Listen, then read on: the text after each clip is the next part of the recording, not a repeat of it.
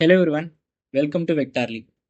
Today we are going to start Newton's laws of motion, and the first question is: in a gravity-free space, a long uniform cylinder of radius r equal to 30 centimeter wears a thin uniform ring that can slide on the cylinder. When the ring is given an angular velocity omega is equal to 10 rad per second, it stops in t naught equal to 3.3 seconds.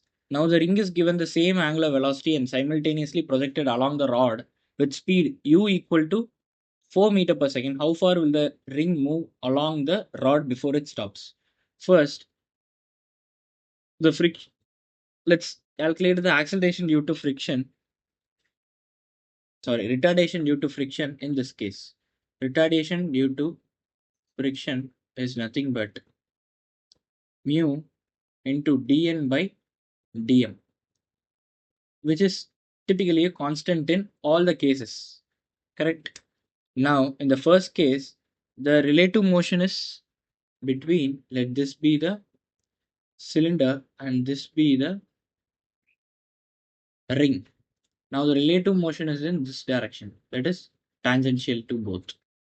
Now, let's calculate the velocity at this point, the tangential velocity at this point. The tangential velocity is nothing but r omega, which is r omega, which is 10 into 30 by 100, which is nothing but 3 meter per second. Now the time taken is 3 seconds. Since v is equal to u plus at, the final velocity is 0, the retardation would be 1 meter per second square in negative direction. And this remains constant throughout all the cases. Now, in the second case, let's see from the top surface.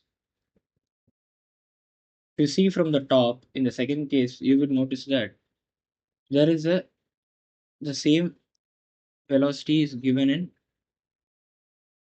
tangential direction, which is 3 meter per second. Also, along the cylinder, we have given 4 meter per second. So the net velocity would be 5 meter per second. Now, let's calculate the time taken by this acceleration to stop the relative motion. The time taken would be the final velocity is 0, initial velocity is 5 meter per second, acceleration is minus 1 meter per second square. Then v is equal to u plus at. So v minus u by a is nothing but t, which is nothing but 0 minus 5 by minus 1. So which is 5 seconds. Now we have to find the distance along the cylinder which the ring moves. So distance along the cylinder is nothing but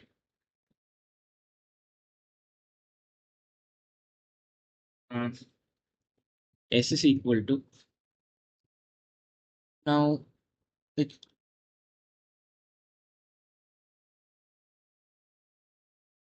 the acceleration is 1 meter per second square along this direction.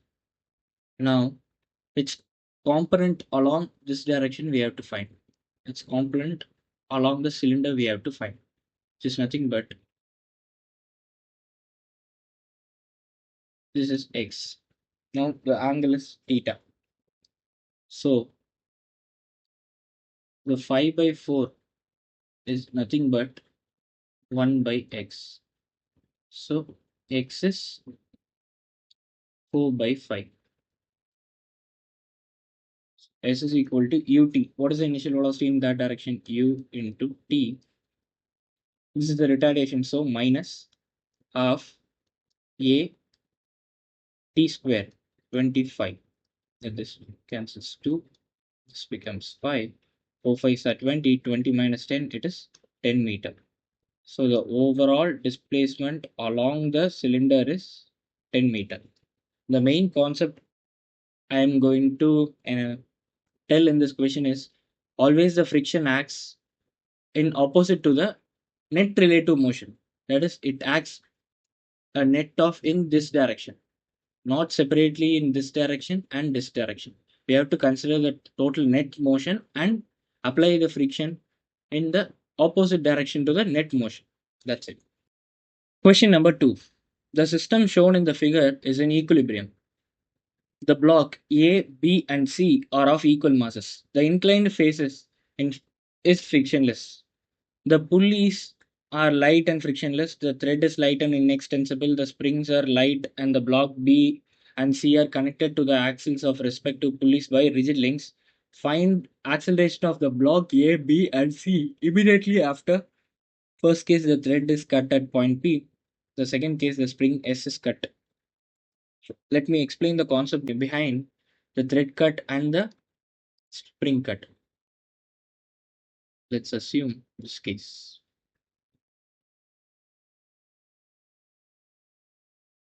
There's a case like this. Now, if you suddenly cut this string, the tension in this string would changes immediately. Changes in string would be immediate. But if you place a spring here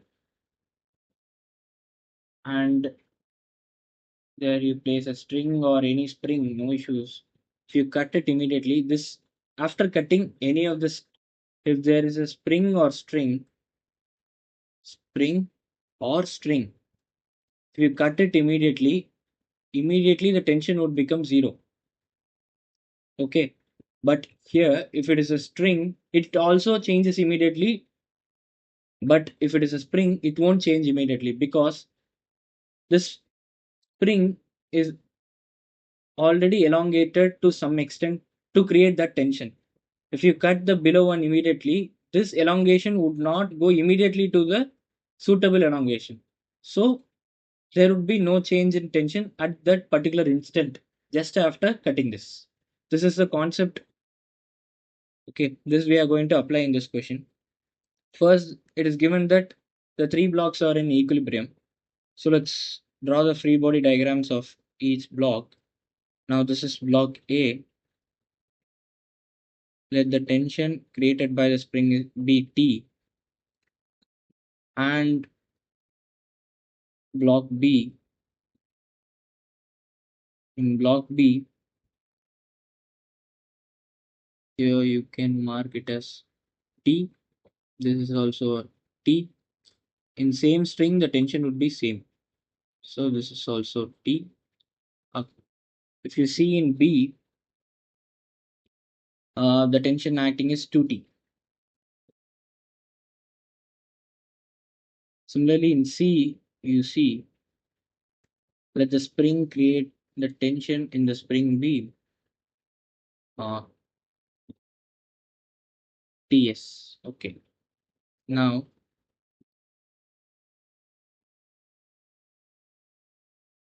in C, you have Ts upwards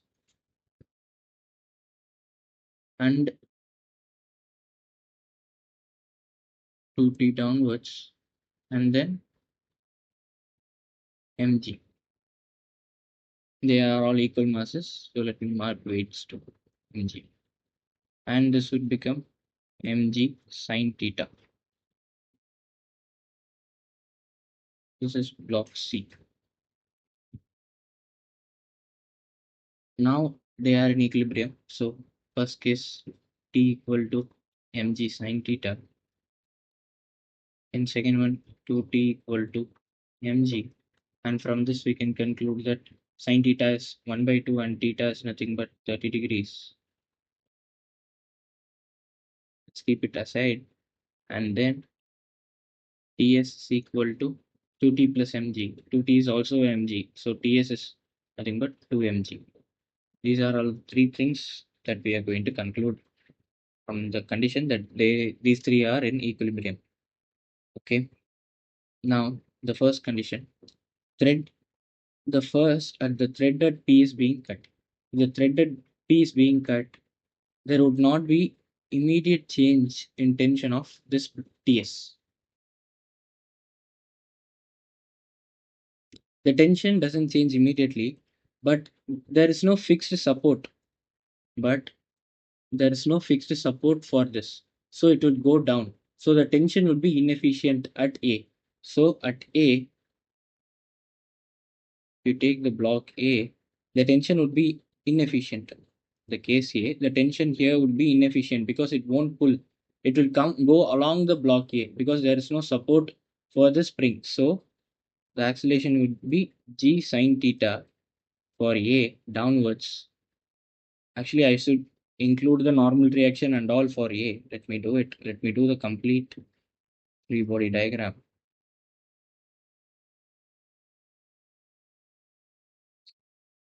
And the net resultant would be, net acceleration would be G sine theta, which is G by 2 along the incline for A.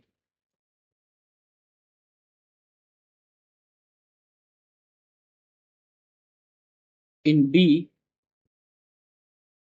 this 2t would vanish. So you get for B, G downwards. For block B, this is for block A. And in case of C, this 2t gets vanished, but this ts remains. So since this 2t goes, the ts would be 2 mg upwards and mg downwards. So net g upwards for C. Let's go to case B. In case B, the spring S is cut. If the spring is cut, but the spring tension doesn't change immediately, and you can notice that the spring has a support via this thread or string. So as this doesn't change immediately, block A would remain in stress. So block A acceleration would be 0. Since the spring doesn't move, it has a support and the tension wouldn't change immediately. Let's go for block B. In block B, since this is cut, what would happen? There's no other force balancing C upwards. Correct? This TS would become 0. No other force would be there. This tension suddenly will become. Anyway, this tension cannot prevent block C from going downwards. So it will not change.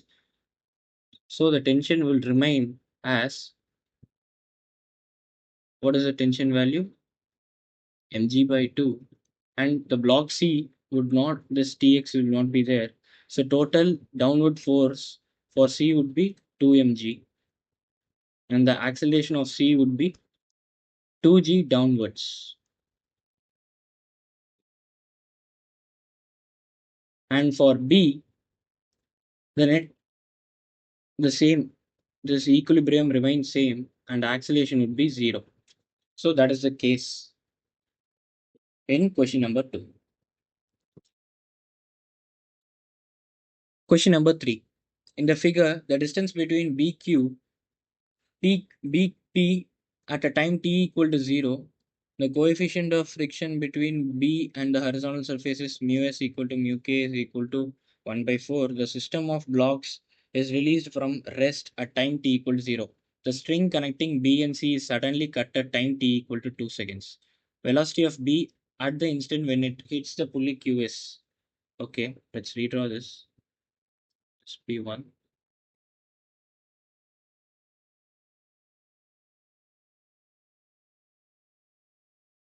Let the block B be here and block C be hanging here and block A be hanging here.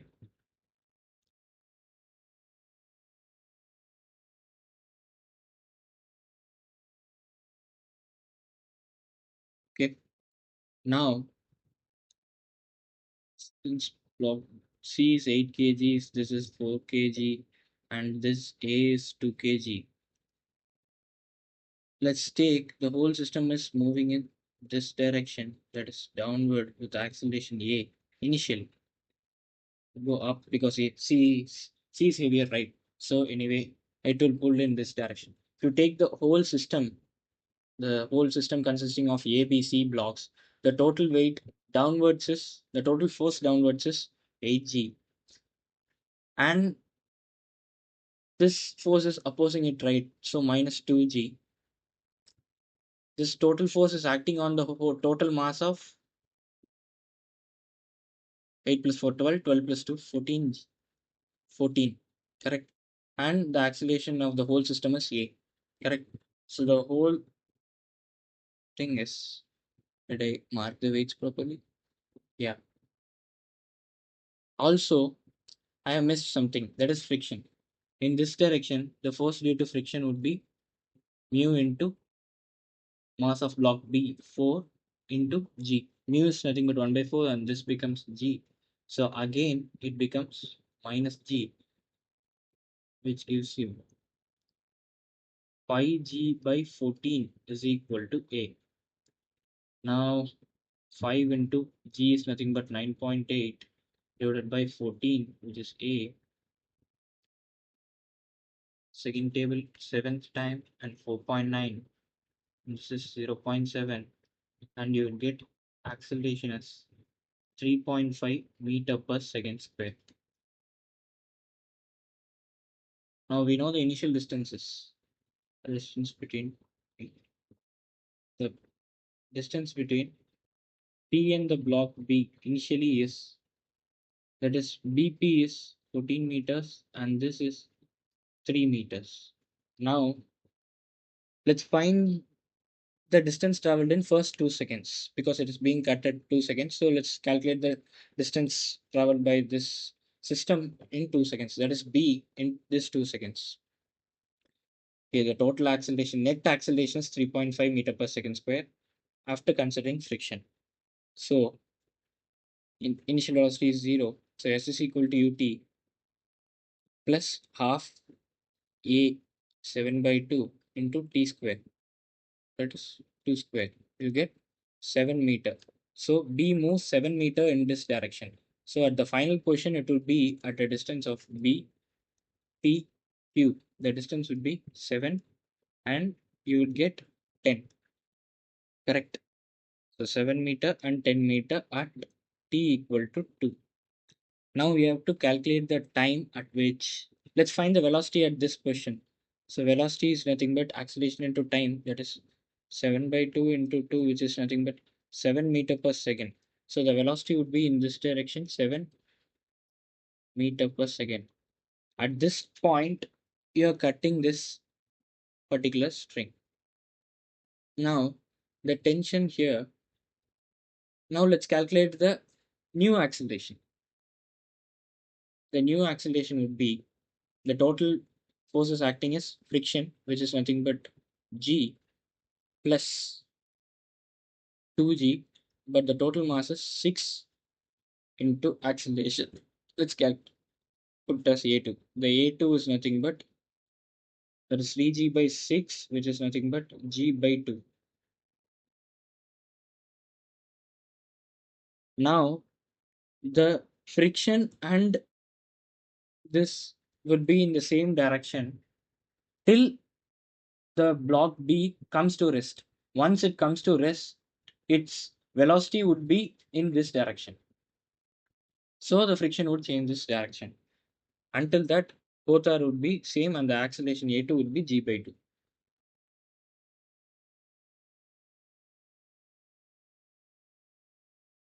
Now we have to find the distance from this point where B comes to rest. So final velocity is 0. Initial velocity is nothing but, that is minus 7 meter per second. Acceleration is nothing but G by 2, that is 4.9 meter per second square. We have to find the distance. V square minus U square, that is 49 is equal to 2 into 4.9 into S, but 10. So you get S is equal to 5 meters. So again B moves 5 meters in this direction. So at that particular time, we don't want that particular time. So P, B and Q, this distance would be 12 and this distance would be 5 at the particular time where velocity of B is 0. Now from this distance, the acceleration of B would be, the friction would start opposing it, that is G force would act like this and 2G would act like this, and the net force would be G. F net would be G. Okay, F net is G and the total mass is 6. So the acceleration you get is G by 6 and the distance you have to move is 5 meters and initial velocity is 0. We have to find the final velocity. So V square is equal to V square minus U square, that is 0, equal to 2 pi into G by 6. So nothing but 98 by 6, which is 49 by 3. Now, sorry, this distance would be was 50 meters, but because this 5 meter would be along this direction, actually, see this block B would was initially going in this direction. To stop it, we have to go in this direction 5 meters. So this would be 15 and this would be 2 meters. So the total distance S is not 5, it is actually a 15. So you get in third table 5 and this would become 2 and this you get cancelled. So 5G, V square is nothing but 5G, which is nothing but 49. So you get V is nothing but 7 meter per second. That is the velocity at which this block B hits the plane Q. Question number 4. In the given arrangement, masses of the blocks A, B, C, and D are m1, m2, small m1, and small m2 respectively.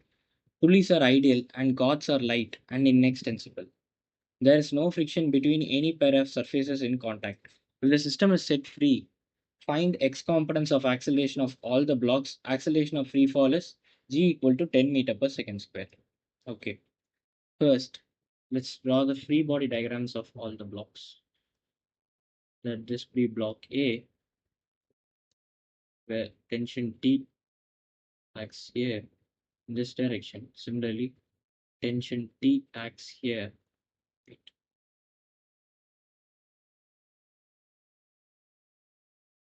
Tension T acts in this direction. Tension T acts in this direction. Similarly, what you get is a normal react. It is M1G, and then you get normal reaction from surface, which is N1, and another normal reaction because of block C, which is nothing but N2. Actually, let's draw clean.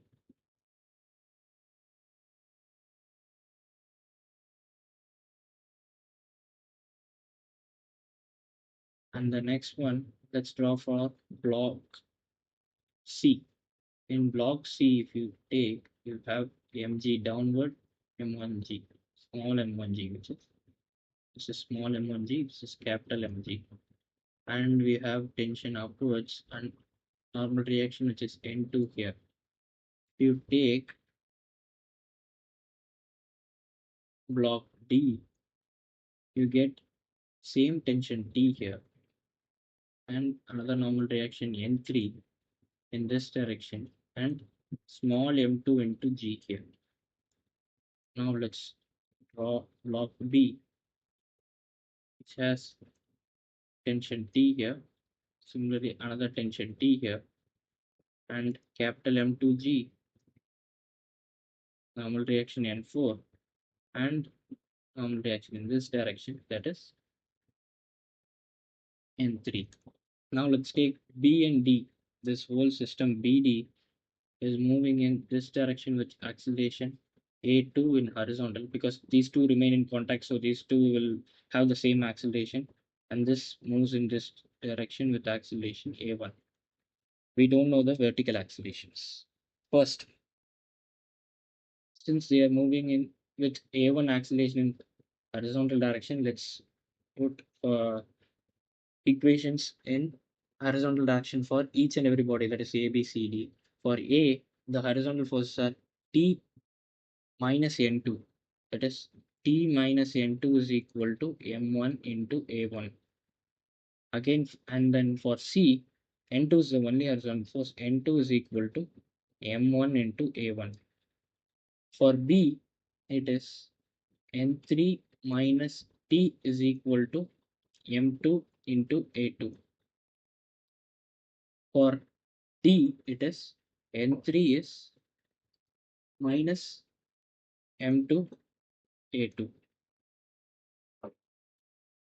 We have these four equations.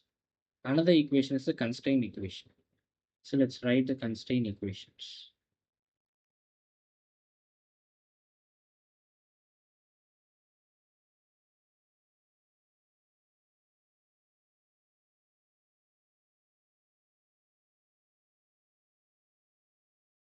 And this is attached to block A and this is attached to block B.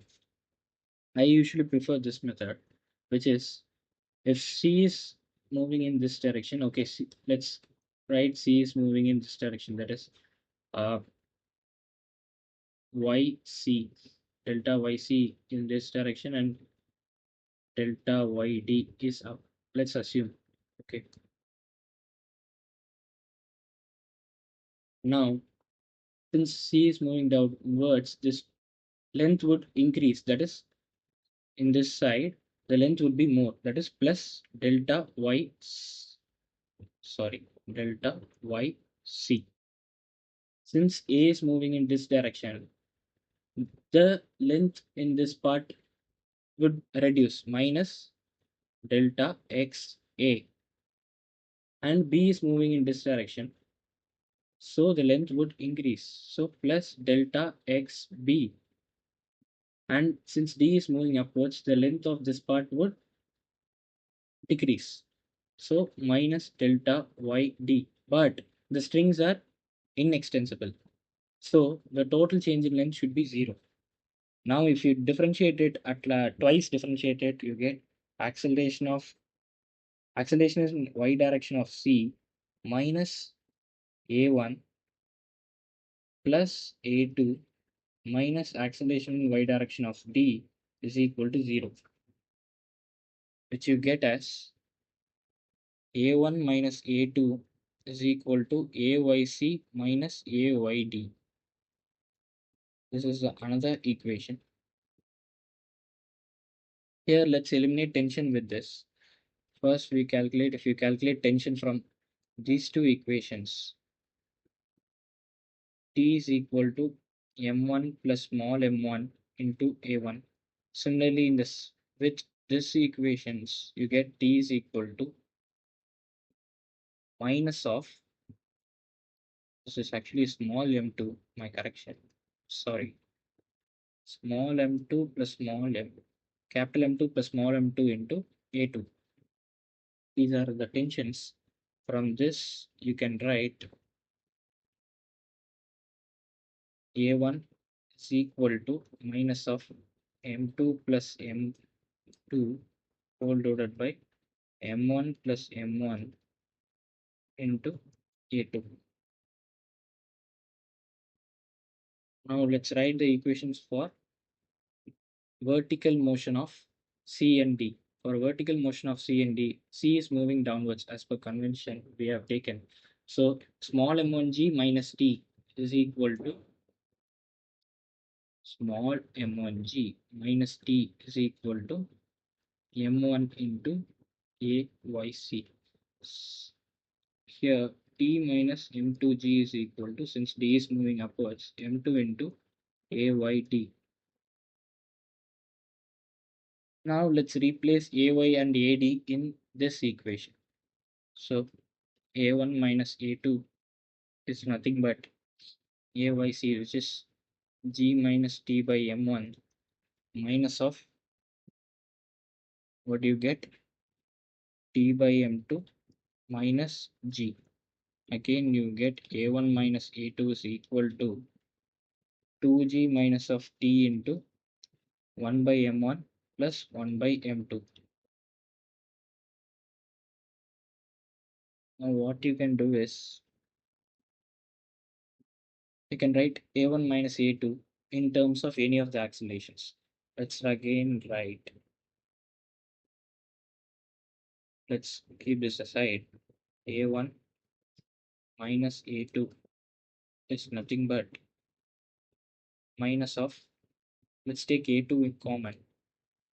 A1 we can write in terms of a2 using this form and take a2 common, and you get minus of m2 plus m small m2 by capital M1 plus small m1 minus 1. So we get, let's take minus sign also common. So minus a2 into m2 plus m2 plus capital M1 plus small m1 whole divided by small m1. This is nothing but a1 minus a2. Correct? Now I will write this equation here as m2 plus m2 plus m1 plus m1 whole divided by m1 plus m1 whole into minus a2 is nothing but 2g, and t can be written as in terms of a2, which is plus m2 plus small m2 into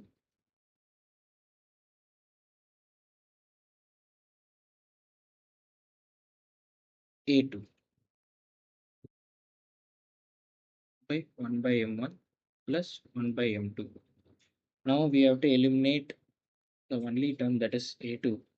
So if you bring this here, you get a2 into minus a2 into m2 plus m2 plus m1 plus m1 whole divided by m1 plus m1 plus m2 plus m2 into 1 by m1 plus 1 by m2 equal to 2g.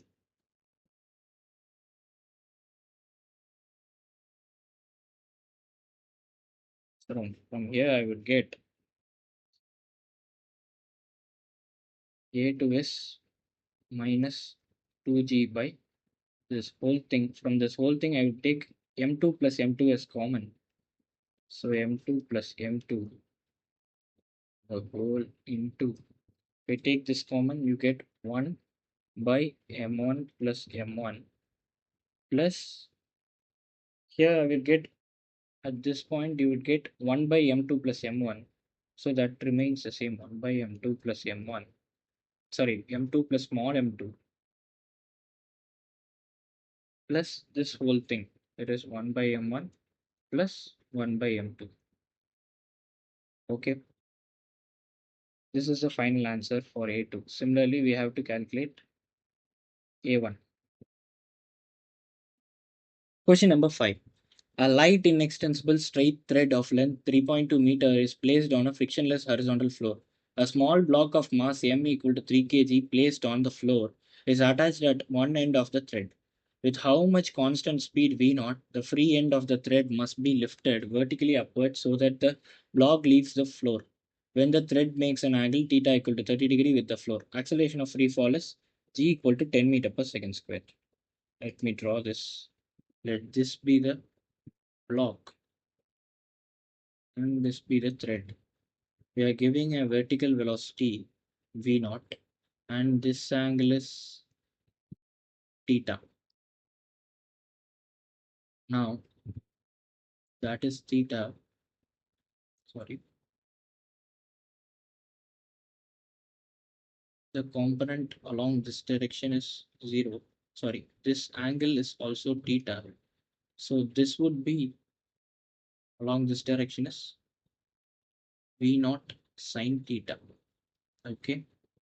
And along this direction is V naught cos theta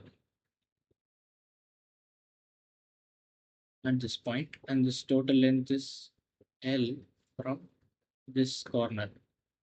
Now, if you see properly, V naught sine theta is responsible for the thread's movement or the movement of the block, and V naught cos theta is responsible for the change in angle theta. Correct?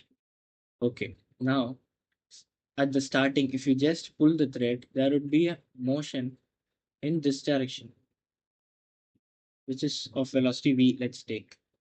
If this is of velocity v, the velocity in this direction is nothing but v cos theta. Along the thread, the velocity would be same. So v cos theta is equal to v naught sine theta.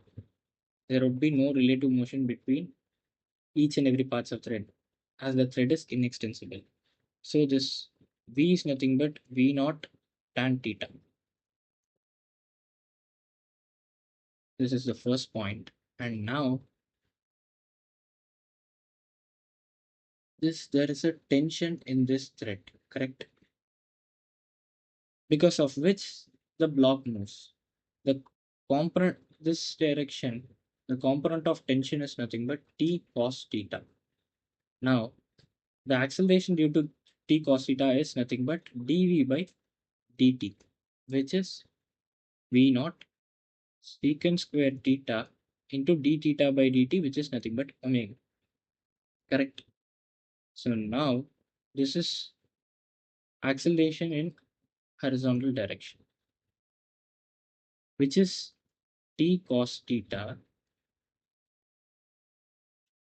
by mass of the block, which is v naught into secant square theta into omega. Now we have to find omega. Now omega is nothing but, let's see, v naught cos theta is in this direction, and if you see perpendicular is v sine theta, and this distance is, they give some distance, no, okay, let's take from, this is actually at the center of mass. The total velocity with respect to this point is, it's not actually attached to corner, it is attached to this center. Let's take it, that is no issues. So total velocity with respect to the center at this point is v naught cos theta plus v sine theta. Okay, which is nothing but omega into L. So v is nothing but v naught tan theta. So v naught cos theta plus v is nothing but v naught tan theta, v naught into sine square theta by cos theta. It's nothing but omega L. And then you get v naught into cos square theta plus sine square theta 1 by cos theta. And L comes here, with omega is equal to v naught by cos theta into L. Now we have to find, from this we can take t is nothing but v naught secant square theta omega into m becomes secant cube theta, because this cos theta comes down. Now we have to find the acceleration due to t sine theta. So you see, t sine theta is responsible for the vertical acceleration. So t sine theta by m we have to find actually. So t sine theta by m is, t sine theta by m should be equal to g, which is v naught into sine theta by cos cube theta into omega. Now omega is nothing but v naught by cos theta into L. So g is equal to v naught square sine theta by cos power 4 theta into L. Now we have to find v naught. So v naught is cos square theta into under root GL by sin theta. This is V naught.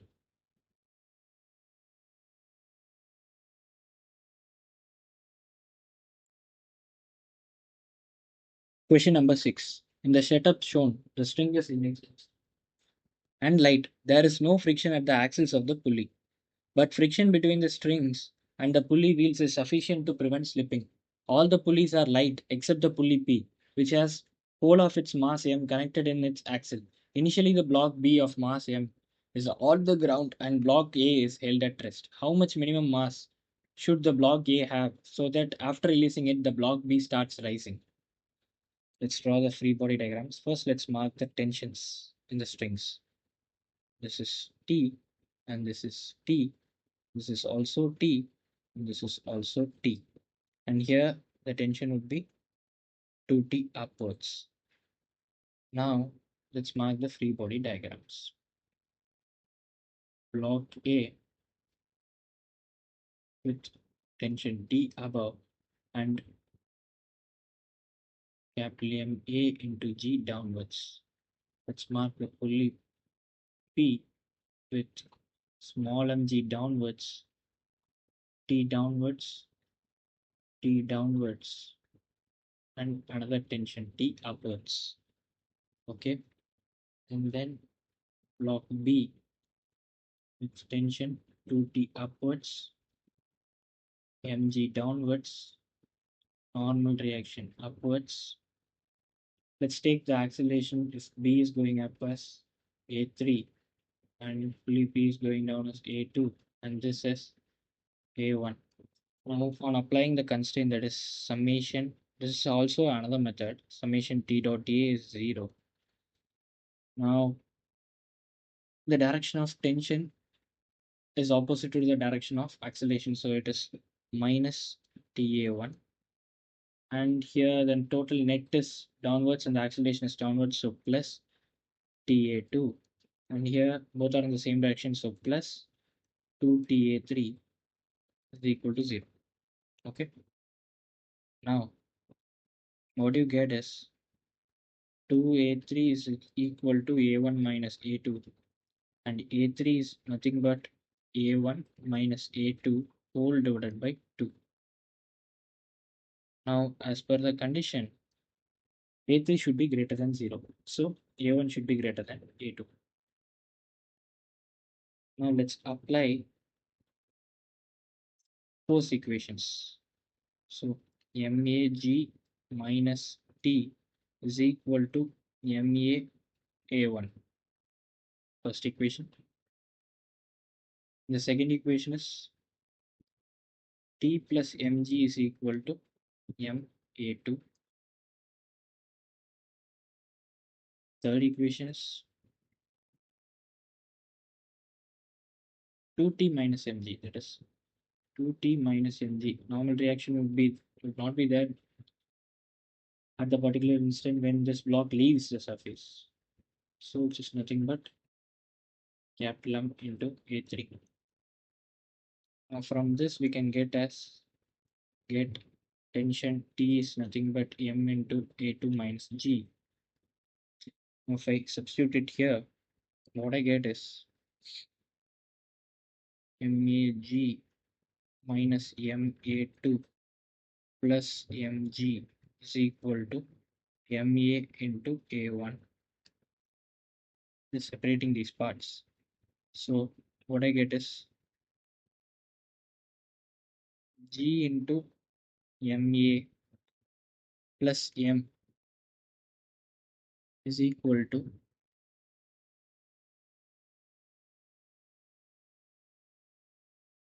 not equal to minus M into A2 is equal to MA into A1.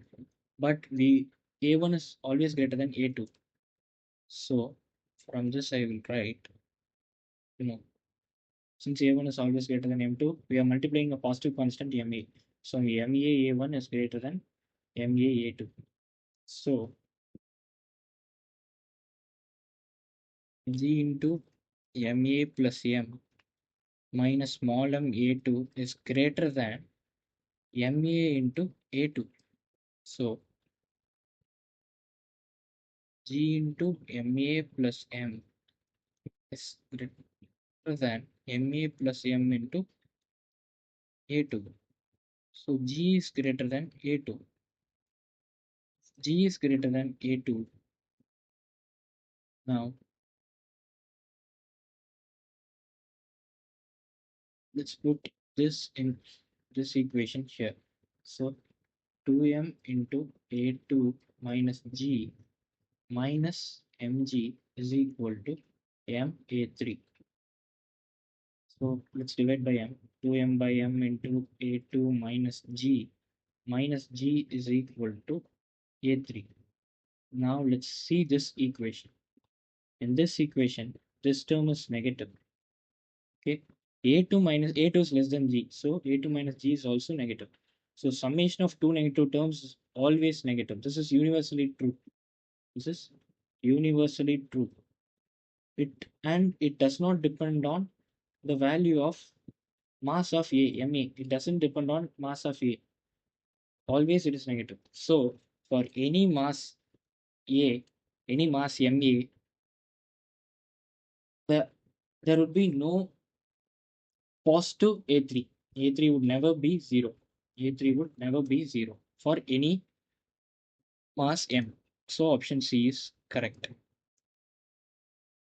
Option C is correct. Now let's verify option D. Pulley P moves downwards without rotation of its wheel, while wheels of all other pulleys rotate. Let's see it. If A3 is not greater than 0, it cannot be negative also. It can't go downwards because the surface will stop it with suitable normal reaction. So it must be 0. So A1 should be equal to A2. That is, so A1 should be equal to A2. That is, let me explain it.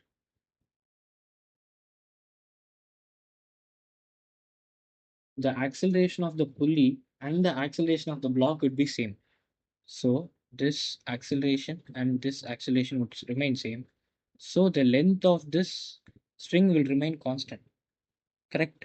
So there will be no rotation of the pulley P while all other pulleys rotate. So option D is also correct. Question number 7. In the setup shown, a block is placed on a frictionless floor. The cords and pulleys are ideal and each spring has stiffness K. The block is pulled away from the wall. How far will the block shift while pulling force is increased gradually from 0 to a value F? So let's mark the tension here is T and here is also T and here it is also T. The same tension T also acts here. Okay. The direction is actually the direction is reversed here. And now you see the force. Let's mark the elongations. If this moves a distance x, that is what we have to find. This elongates a distance of x1, this elongates a distance of x2, this elongates a distance of x3, and this elongates the distance of x4. Now, let's move to white. The force acting on the first spring is nothing but 2t. So 2t is equal to the stiffness constant K into x1. Now let's go for spring 2. The spring 2, the tension is T. So T is nothing but Kx2. For spring 3, the tension is 2T. The 2T is acting in Kx3. And for spring 4, the tension is T. T is equal to Kx4. Now, these are all the four equations we get using the force equation. Now let's do the constraint. The length of this particular spring remains constant, right? So we are going to use that concept. Now, since this spring is expanding, the spring 4 is expanding, the length of the string would reduce, that is by minus x4.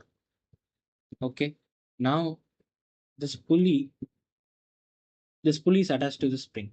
So how much distance the pulley moves, that twice of the distance, let this pulley be P1. This is pulley 1 and this is pulley 2. If this pulley minus of, we have, as this pulley moves right, okay, let's assume this pulley moves right. So the length of the string in these two parts will increase by twice of the distance.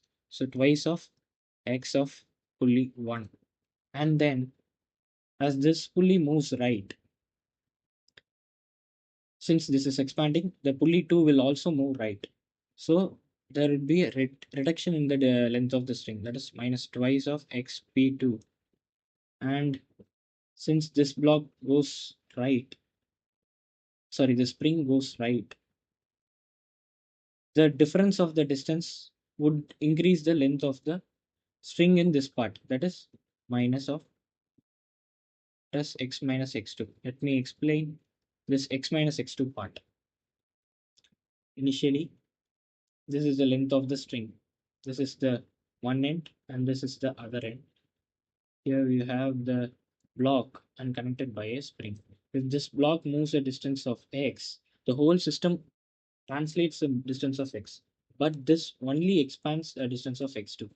This initial is fixed, let's consider. So this string should expand the distance of x minus x2 to give a net resultant x displacement. But the string is inextensible. So another length, the a length of x minus x2 string should come to this part. So x minus x2 part is increasing. So I am writing plus x minus x2. And this pulley P2 is connected to this spring and the spring is connected to the wall. So how much this spring 3 expands, the same amount this pulley 2 moves. So now we can write as xp2 is nothing but x3. This is another condition. And again, this x4 case, sorry, the x pulley 1's case, that is xp1, is nothing but the difference of distance moved by this block and this first pulley, see first spring, that is x minus x1. The same logic applied as here. So minus x4 plus what is 2xp1, that is twice of x minus x1 minus twice of x3 plus x minus x2 equal to 0. Okay, 3x minus 2x1 minus x2 minus 2x3 minus x4 equal to 0. Now let's write the total force F. Let's calculate the distance at the final point, which is from 0 to F. F is the maximum. At the final point, F is equal to, here the force is T and here it is 2T, so total is 3T. So T is nothing but F by 3. So you would write 3x is 2x1 plus x2 plus 2x3 plus x4. Now 3x is, what is 2x1? 2x1 is nothing but 4t by k, just 4t by k, plus x2 is nothing but t by k. 2x3 is again 4t by k, and x4 is nothing but t by k, which is nothing but 10t by k. Now it is 10f by 3k. Now distance x is given by 10f by 9k. This is the final answer. Thank you for watching this video. Kindly comment your doubts in the comment box below.